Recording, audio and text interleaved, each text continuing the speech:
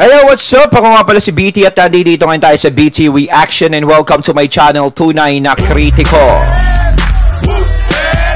At meron tayong panonooring video ngayon. Ito po ay nagmula kay Showbiz Chikadoro. Sa mga hindi pa po nakakabisita sa channel ni Showbiz Chikadoro, bisita na po kayo mga katunay. At kung hindi pa kayo nakakapag-subscribe, subscribe na din po kayo mga katunay kay Showbiz Chikadoro. At syempre, huwag nyo rin po sana kalimutan na mag-subscribe dito sa channel ko sa Tunay na Kritiko sa mga hindi pa nakakapag-subscribe and click the notification bell para maging updated po kayo sa mga reaction videos na aking ilalabas. At huwag na natin pagtagalin at sabay-sabay na nating panoorin ang laman ng video na hatid sa atin ni Showbiz Chikadoro at bibigyan natin ng reaksyon.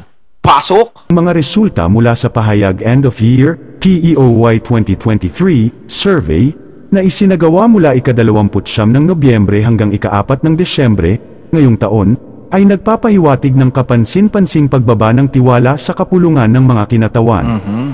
Bumaba ang trust rating sa 34% mula sa dating rating na 41% sa PQ3. Ang pagbabang ito ay makikita sa iba't ibang demograpiko at rehiyon, kabilang ang National Capital Region, North Central Luzon, South Luzon, Visayas, at Mindanao. Isang nakakaalarmang 8 sa 10 Pilipinong botante ang kumikilala sa pagkakaroon ng katiwalian sa Kongreso, na malamang na nag-aambag sa lumalagong kawalan ng tiwala. Kapansin-pansin, kalahati ng mga Pilipino ay sumasang-ayon pa rin sa pangangailangan ng paglalaan ng mga gastusin sa Kongreso, na nagbibigay daan para sa flexibility sa mas mabilis na paggasta, lalo na sa mga oras ng kalamidad. Gayunpaman, ang natitirang kalahati ay nahahati sa pagitan ng pag-aalinlangan at hindi pagkakasundo, na nagpapakita ng malalim na kawalan ng tiwala sa mga individual na bumubuo sa ahensya. Itong pagbaba ng tiwala sa kapulungan ng mga kinatawan ay nagbibigay diin sa kritikal na kahalagahan ng transparency at pananagutan sa pagpapanumbalik ng tiwala ng publiko sa mga institusyong pambatasan. Ang pahayag 2023 End of the Year Survey, na isinagawa ng Publicus Asia Inc., ay isang independyente at hindi kinomisyon na survey. Binubuo ng 1,500 na respondents na random na kinuha mula sa market research panel ng mahigit 200,000 na Filipino na pinananatili ng Singapore office ng Pure Spectrum, isang US-based panel marketplace na may multinational presence. Habang problematic ang Kamara sa pagbagsak ng kanilang rating, tinatamasa naman ng DepEd at ni former President Duterte ang pananatili ng mga ito bilang number 1 sa anumang survey platform ngayon. Kita nyo naman, no? Bumababa yung trust rate ng tao sa Congress. Yung tipo na kung ano yung ginagawa nilang pambabato o pambibintang o ganto man yun, kung bintang man o hindi, na alam nila sa sarili nila totoo, is hindi talaga tumatalab sa mga tao. Diba? Kaya nga sinasabi ko, hindi na bulag ang mga tao ngayon. Alam na nila kung sino ang matino o hindi. Hindi naman natin sinasabi na hindi matino ang dyan sa Congress. No, nandiyan naman, mayroon naman siguro mga patas diyan na ganito. May iba lang talaga na magulo ang isip diyan. So, ang nangyayari is wala talagang effect. No, tapos na kasi yung mga dilawan days yung mga bato dito ng bato, kung may gusto silang pabagsakin na ganito, sisirain ganito, ganyan. Hindi na tumatalab ngayon dahil alam na ng tao ngayon lahat. Nakikita na nila ngayon, nadidinig na nila ngayon sa iba't iba na mga platform na papanood na nila. No, hindi katulad dati sa television lang talaga tayo nakatutok. Kung sino lang yung gustong ilabas ng television, yun lang ang nagiging bida. Ngayon, kung may nilalabas ng television na binibida nila, is nandiyan ng mga social media na ganito, na inilalabas naman yung mga hindi nila inilalabas. Diba? Yung mga hindi nga natin alam, nalalaman natin dito. Eto ngayon, yung sa Senado, yan ang mga magagaling, no? Tingin ko, no? Eto, Rodrigo Duterte, Erwin Tulfo, Doc Willie Ong, yan, Christopher Bongo, Maria Imelda Marcos, ayan, di ba? Bato de la Rosa. Tutuusin, eto sa Senado, maganda magiging line-up. Tapos nasa ingit nga si Robredo dito. Kayo mga katunay, si Robredo. Samantala, si Franz Castro ay nangakong pagpasok ng susunod na taon ay dadalaw daw sa school. Parang yung dadalaw, no? Parang susuot siya ng white lady. Takutin yung mga bata. Oh. Gawa ni Vice President Sara Duterte mula nang maupo ito bilang kalihim ng edukasyon. Marami tuloy ang nagsasabi na dapat mag-ingat ang mga batang estudyante dahil may pupuntang nangunguha ng bata. May pupunta nangunguha ng bata. Tapos si Castro naka-white band pa, no? Ito ay patungkol sa dating kaso ni Franz Castro na panginidnap ng mga bata sa Davao City noon. Ang isyong ito ay binigyan naman ng comment reaction ng well-known influencer na si Mr. Real Talker. Panuuri ng may naging issue siyang ganun? Video para sa iba pang detalye na magsisimula naman pagkatapos ng maiksing intro.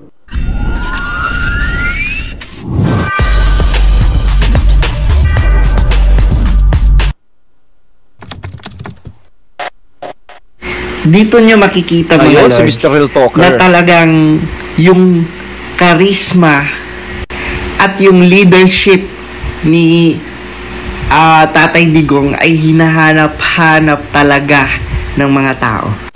Iba talaga mga lords, no, pag talagang nakapagbigay ka ng malaking impact sa bansa natin, no, yung nakaiwan ka ng lalim at malaking pagbabago sa bawat Pilipino.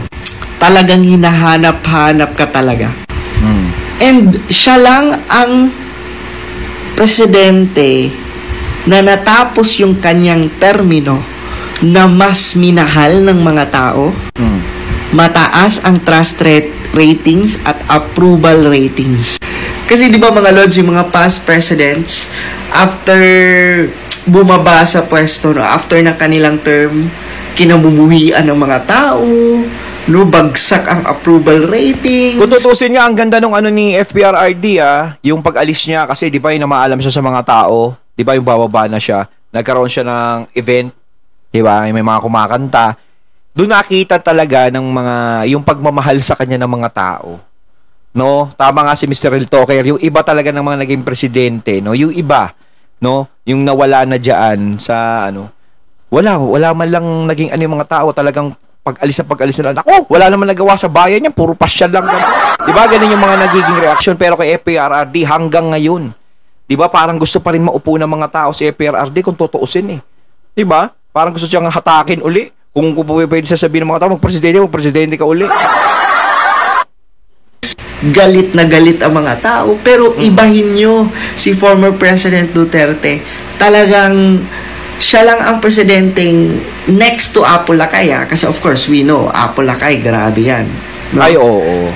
And pangalawa, si former President Duterte na pagbaba niya, no, as president, grabe, mas minahal siya ng taong bayan. At hanggang ngayon, hinahanap-hanap siya. Hindi nakapagtataka ang pangunguna ni dating Pangulong Rodrigo Duterte sa isinagawang 2025 Senatorial Election Survey ng Publicus Asia Incorporated. Sinabi ni Attorney Salvador Panelo, masyadong malalim ang iniwang marka ng dating Pangulo sa sambayanang Pilipino. Hindi na tayo nagtataka dyan. Talagang mataas ang rating niya kahit anong takbuhan yan. Pag yan tumakbo ng mayor sa Davao City, hands down. Pag tumakbo yung presidente, vice president sa 2028, panalo yan. Senatorial, number 1. Malalim masyado tinanim ng dating presidente Duterte. Sa naturang Tutuusin ko kahit saan siya ilagay, may pag-asa talaga siyang manalo eh. No, pero na balita nga natin is parang sa Congress, no, parang gustong pumasok ni FPRRD para maging balanse talaga. Doon ako na-excite eh, kung papasok siya sa Congress, kung anong mangyayari. Tapos pasusubaybayan ko talaga lagi yung pangyayari doon. Ang survey ng Pahayag 2023 end of the year, nakakuha si former President Rodrigo Duterte ng 48% sa voting predisposition para sa May 2025 senatorial elections. Sinundan naman ito ni Erwin Tulfo na may 44%, Dr. Willie Ong na may 43%, Senator Bongo na may 40%, at Senator Amy Marcos na may 38%. Habang pasok rin sa top 12 sina Senator Ronald Bato de la Rosa, Tito Soto, Isko Moreno, Ping Lacson, Lenny Robredo, Kibo Teodoro at Pia Cayetano. Bukod naman sa pangunguna sa voting predisposition, nakakuha rin ang dating Pangulong Duterte ng 59% trust rating. Isinagawa ang naturang survey noong November 29 to December 4, 2023 na may 1,500 adult respondents.